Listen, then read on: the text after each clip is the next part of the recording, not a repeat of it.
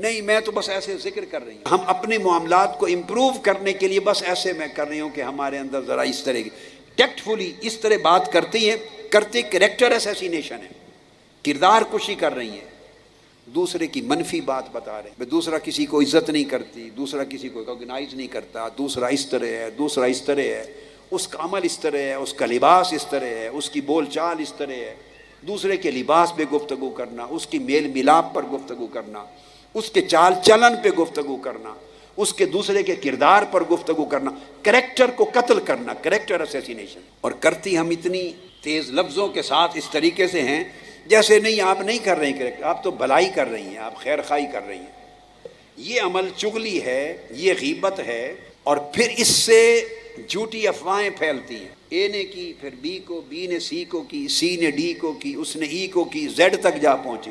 وہ گھومتی ہیں، گھومتی رہتی ہیں. تو اے نے کی تو اتنی سی بات تھی، بی نے آگے پہنچائی تو 1 سینٹی میٹر اور بڑھ گئی، سی سے ڈی تک پہنچی تو انچ بن گئی، اس نے آگے پہنچائی 2 انچ بن گئی، زیڈ تک پہنچا تو 10 گز بن گئی تھی، 10 میٹر بن گئی تھی. وہ بات اتنی لمبی ہو گئی تھی. اتنی خطرناک چیز ہے کہ اس سے ہم اپنی نیکیاں برباد کر رہے ہیں. ہر روز جو عمل صالح کرتی ہیں شام کو سونے سے پہلے برباد کر کے صفر کر کے سوتی. کریکٹر اسیسینیشن کی، جس کی غیبت کی، جس کے بارے میں چغلی کی، جس کے بارے میں منفی بات کی، جو کردار پر کوئی آپ نے تبصرہ کیا، تجزیہ کیا، بیان کیا، خبر دی، جو کچھ کیا، بگاڑا کس کا؟ جس نے کیا اس نے اپنے آپ بگاڑا. 2 وجہ سے. ایک تو یہ کہ دن بھر جو نیکیاں کی تھی غیبت چغلی کر کے سارا صفایا ہو گیا، نامہ اعمال 0 ہو گیا. اور صبح اٹھے پھر نیکیاں کی، سارا دن کر کر کے تھک گئے، ایک جملہ غیبت چغلی کا بولا پھر برباد ہو گیا، صفایا ہو گیا. تیسرے دن پھر اٹھے تو کوہلو کے بیل کی طرح ہم جہاں سے چلے تھے وہیں کھڑے، سفر طے نہیں ہوتا. غیبت چغلی انسان کے عمل کو، کردار کو، سیرت کو، تقویٰ کو، نیکیوں کو برباد کر دیتی. اپنا برباد کر دیا سب کچھ، کوئی نیکی پلے نہ رہی. ایک نقصان.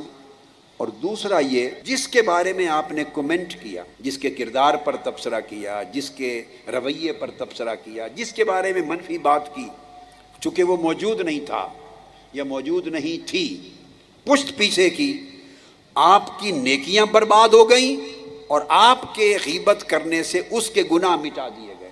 اس نے کوئی نفل ہی نہیں پڑھنے کی تکلیف کی کرنی پڑی اسے، نہ اس نے نفل پڑھے تھے، نہ تسبیح کی، نہ عبادت کی، نہ محنت کی. آرام سے ممکن ہے وہ گھر سوئی ہوئی ہو، ممکن ہے کھانا کھا رہی ہو، ممکن ہے سیر و تفریح کر رہی ہو، اس نے کوئی نیکی عبادت کی محنت نہیں کی. آپ نے جو چند جملے اس کے بارے میں بولے، اللہ پاک نے اس کے اتنے ہی حساب سے گناہ معاف کر دی، مٹا دی. تو اس کو نیکیاں مل گئیں، اس کے گناہ گھٹ گئے، آپ کی نیکیاں مٹ گئیں، آپ کے گناہ بڑھ گئے. کیا حاصل ہوا؟ اور مشن کو الگ نقصان ہوا. ماحول پراگندہ ہوتا ہے، افواہیں پھیلتی ہیں، مشن کا تقدس خراب ہوتا ہے. اگر میں کسی کو یہ کہوں تو میں نے اسے بدکاری کرتے ہوئے آنکھوں سے دیکھا تو نہیں ہوگا. کوئی کسی کی آنکھوں کے سامنے تو ایسے گناہ نہیں کرتا. تو اگر میں کہوں گا، آپ کہیں گی کسی کے بارے میں، تو آپ نے آنکھوں سے تو نہیں دیکھا، کسی نے گناہ آپ کی آنکھوں کے سامنے تو نہیں کیا، تو آپ نے کسی سے سنا ہی ہے نا. تو صرف 2 ہستیوں سے سنے تو غلط نہیں ہو سکتا، باقی جس سے سنے اس میں غلطی ہو سکتی. اللہ سے سنے تو غلط نہیں ہو سکتا، تو اللہ سے صرف اللہ کا رسول سنتا ہے، یا جبرائیل امین سنتے ہیں، یا اللہ کے رسول سے سنے تو غلطی نہیں ہو سکتی. اللہ کے رسول سے صحابہ سنتے ہیں اور حدیث میں آتا ہے. باقی ہر بشر اپنی اسیسمنٹ میں غلط ہو سکتا ہے. تو آپ نے جب ایسا کلمہ بولا، وہ کسی سے سنا تھا، خدا جانے اس نے آگے کسی سے سنا تھا، اس نے آگے سنا تھا، بات چلتے چلتے کتنی بڑھ گئی تھی، کتنی سچائی تھی. اور آپ سے قبر میں اس کے بارے میں سوال نہیں ہونا، فلاں بدکار تھا یا نہیں تھا، فلاں گناہگار تھا یا نہیں تھا، فلاں منافق تھا نہیں تھا، فلاں کیسا لباس پہنتا تھا پہنتی تھی.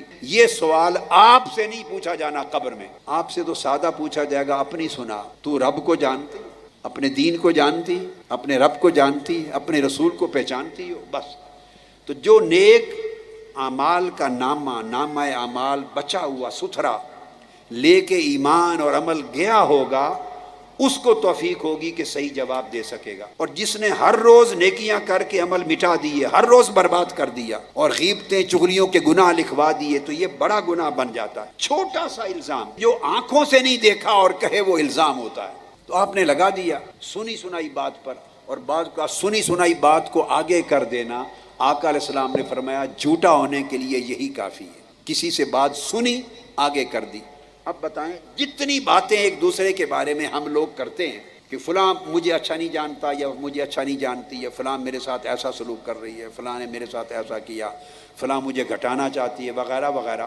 کوئی ایک آدھ کیس ہوگا کہ آپ نے خود اپنی آنکھوں سے دیکھا، کانوں سے سنا ہوگا۔